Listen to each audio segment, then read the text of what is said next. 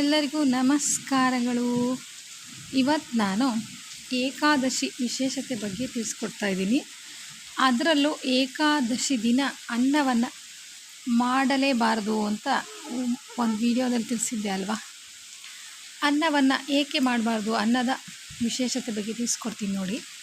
ಈ ಏಕಾದಶಿಯು ಕೃಷ್ಣ ಪಕ್ಷ ಮತ್ತು ಶುಕ್ಲ ಪಕ್ಷ ಅಂತ 2 ಏಕಾದಶಿ ಬರುತ್ತೆ ತಿಂಗಳಿಗೆ. ಕ್ಯಾಲೆಂಡರಲ್ಲಿ ನೋಡ್ಕೊಳ್ಳಿ. ಈ ಏಕಾದಶಿ ವ್ರತ ಮಾಡುವವರು ಅನ್ನವನ್ನು ಏಕಾದಶಿ ದಿನ ತಿನ್ನಲೇಬಾರದು. ಓಕೆನಾ. ಈ ಏಕಾದಶಿಯು ವಿಷ್ಣುವಿಗೆ ಪ್ರಿಯವಾದ ದಿನವಾಗಿದೆ. ಈ ಏಕಾದಶಿ ದಿನ ಒಂದು ದಂತಕಥೆ ಇದೆ, ಪುಟಾಣಿ ಸಣ್ಣದು. ಓಕೆನಾ, ಕೇಳ್ತೀರಾ? ಏನು ಗೊತ್ತಾ? ರುಕ್ಮಿಣಿಯ ಕೋಪಕ್ಕೆ ಗುರಿಯಾಗಿ ಮೇಧ ಎಂಬ ಋಷಿಯು ಭೂಮಿಯಲ್ಲಿ ತನ್ನ ದೇಹತ್ಯಾಗವನ್ನು ಮಾಡುತ್ತಾರಂತೆ.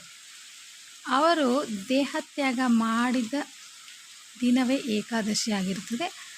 ಅವರು ಏನಾಗ್ತಾರೆ ಅಂದರೆ, ಈ ಭೂಮಿ ಮೇಲೆ ಬಂದ ತಕ್ಷಣ ಈ ಭೂಮಿ ಮೇಲೆ ಜನಿಸ್ತಾರಂತೆ. ಪುನಃ ದೇಹತ್ಯಾಗ ಮಾಡಿ ಭೂಮಿಯಲ್ಲಿ ಜನಿಸ್ತಾರೆ. ಏನಾಗಿ ಅಂದರೆ ಅಕ್ಕಿ ಮತ್ತು ಬಾರ್ಲಿಯ ರೂಪದಲ್ಲಿ ಜನಿಸ್ತಾರೆ ಅಂತ ಹೇಳಲಾಗಿದೆ ಕಥೆಯಲ್ಲಿ.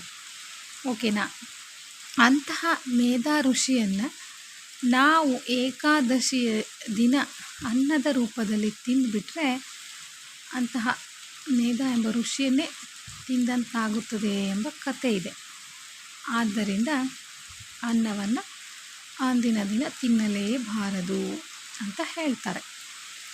ಆಮೇಲೆ ವಿಷ್ಣುವಿಗೆ ಪ್ರಿಯವಾದ ದಿನವಾದ ಈ ಏಕಾದಶಿಯಂದು ಧ್ಯಾನ, ಪೂಜೆ, ದಾನ, ವಿಷ್ಣುವಿನ ಸ್ಮರಣೆ ಮಾಡಿಕೊಳ್ಳುತ್ತಾ ಮತ್ತು ಉಪವಾಸ ವ್ರತಾಚರಣೆ ಮಾಡಿಕೊಳ್ಳುವುದರಿಂದ ವಿಷ್ಣುವಿನ ಆಶೀರ್ವಾದ ನಮಗೆ ದೊರೆಯುತ್ತದೆ.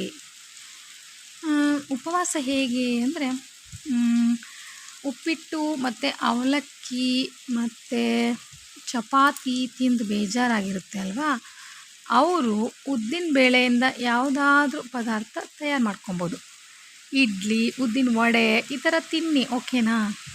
ಉಪವಾಸ ಮಾತ್ರ ಇರೋಕ್ಕೆ ಹೋಗಬೇಡಿ. ಈಗ ಹುಷಾರಿಲ್ಲದೆ ಇರೋರೆಲ್ಲ ಉಪವಾಸ ಇರಲೇಬೇಡಿ. ದೇವರಿಗೆ ಶ್ರದ್ಧೆ, ಭಕ್ತಿ, ಸ್ಮರಣೆ, ಧ್ಯಾನ, ಪ್ರಾರ್ಥನೆ ಇಷ್ಟೇ ಆ ಸ್ವಾಮಿಗೆ ಬೇಕಾಗಿರೋ ಒಂದು ನಿಯಮ. ಓಕೆನಾ. ಈ ಥರ ಪೂಜೆ ಮಾಡಿಕೊಳ್ಳಿ. ಆವತ್ತಿನ ದಿನ ವಿಷ್ಣುವಿನ ಒಂದು ಅಷ್ಟೋತ್ತರ ಮಾತ್ರ ಮರೆಯಲೇಬೇಡಿ. ಓಕೆನಾ. ಈ ವಿಷ್ಣುವಿನ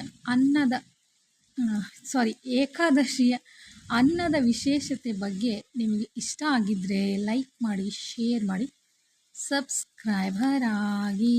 ಓಕೆ, ಬಾಯ್.